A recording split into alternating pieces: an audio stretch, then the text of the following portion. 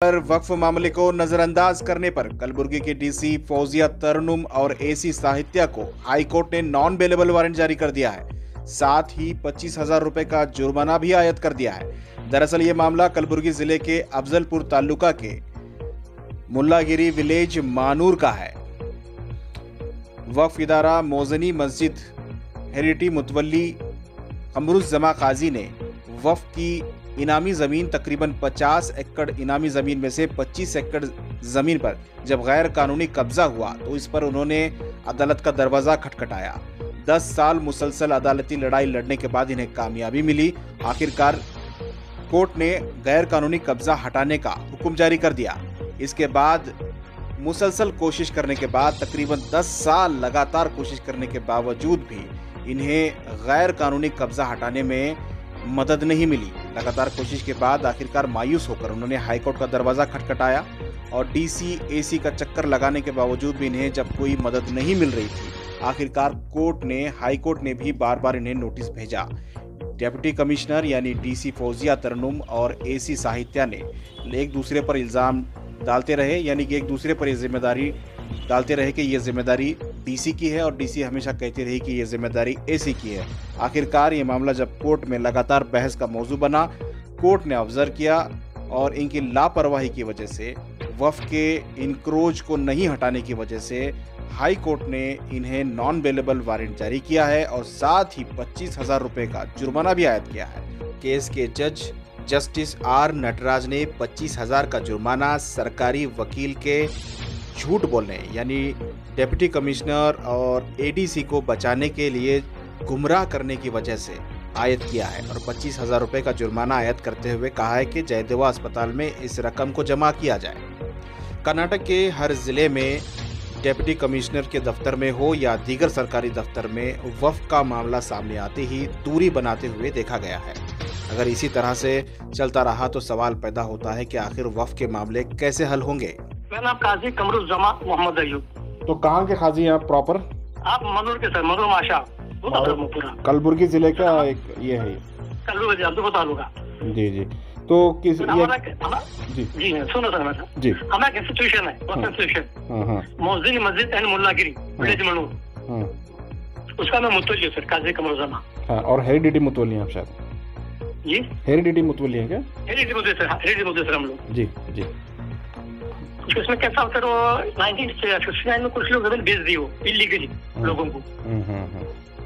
फिर लेकिन उनके बाद क्या, हमारे जो दिन मुखरी थे, हमारे ग्रैंड दादा हमारे, वो कंप्लेंट किए रेवेन्यू डिपार्टमेंट को। ओके, क्या क्या साइज की जमीन थी वो?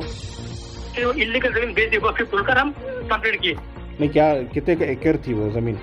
जमीन 50 एकड़ सर, 50 एकड़ जमीन। ओके ठीक है, पूरी जमीन 50 एकड़ बेच दिया? नहीं, आधी बेच दी सर, वो 25 एकड़ बेच दी इलीगली, बेच दी उसमें। तो फिर कैसा हुआ, हम लोग कंप्लेंट किए हमारे दादा वगैरह, तो उसमें रेवेन्यू डिपार्टमेंट ऑर्डर होगी कि इसका सीज करो, इसका हराज करो, ऑक्शन करो, ऑक्शन। तो 1975 से 1990 तक ये दिखा तो हराज हो गया, हराज हो रहा है जी। तो हम खामोश रहे, हराज हो रहा बोलकर। फिर 1981 में अगर लोगों के नाम पानी में आ गए, सब कल्टिवेशन शुरू हो गया, ये सब रेवेन्यू डिपार्टमेंट उनके हाथ मिलाकर दोनों पार्टी में आ गए। फिर हमको जो मालूम हुआ, फिर मैं केस फाइल किया सर। कब, क्या ईयर में? हाँ, केस हम 2005 में फाइल किया था, 2005 में मैंने उसमें फाइल किया था मैं। तो उसमें कैसा हो गया, डिक्लेरेशन मेरा कि जमीन वक्फ प्रॉपर्टी है।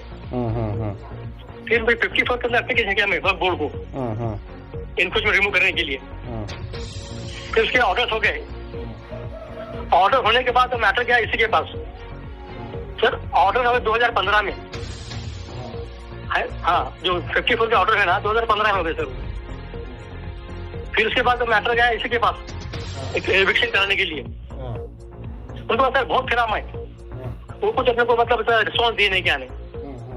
फिर मैं एक पेशेंट दाखिल किया, वो कुछ फायदा नहीं। फिर सेकंड कुछ नहीं हुआ, फिर थर्ड फाइल किया परसों में। ये ऑर्डर इविक्शन का हो गया कम से कम 2015 में।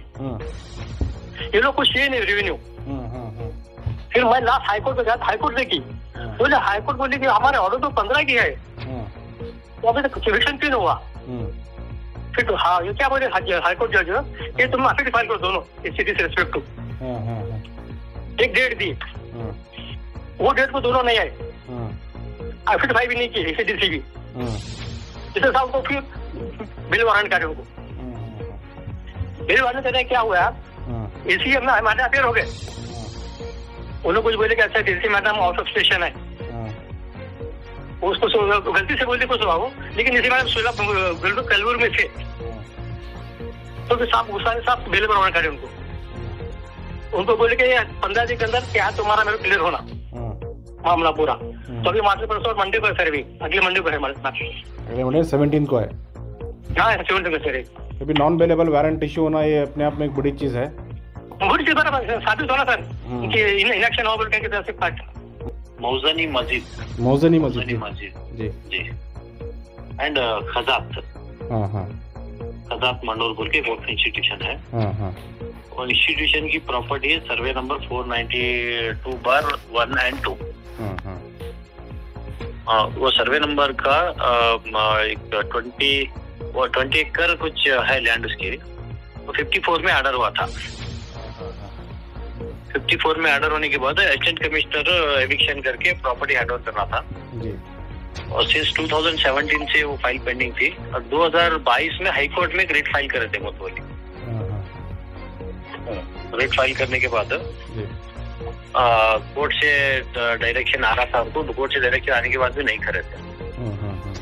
तो रिसेंटली 2014 में और एक रेट फाइल करे उन्होंने दूसरे सर्वे नंबर के रिलेटेड। एक्चुअली क्या करना था उनको डीसी को? 54 में वक्त प्रॉपर्टी एनक्रोचमेंट प्रॉपर्टी एविक्शन करके इंस्टीट्यूशन को हैंड ओवर करना था।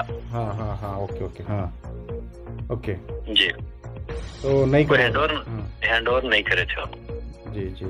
तो वास्ते रिट में 2 बार उनको बुलाया भी गया था। अपीयर नहीं होने की वजह से assistant commissioner Kalaburagi and deputy commissioner Kalaburagi दोनों के ऊपर नॉन अवेलेबल वारंट इश्यू हुआ। उसके बाद असिस्टेंट कमिश्नर आके अपीयर हुए, डिप्टी कमिश्नर कहीं तो ट्रेनिंग में थे बोल के नहीं है थे।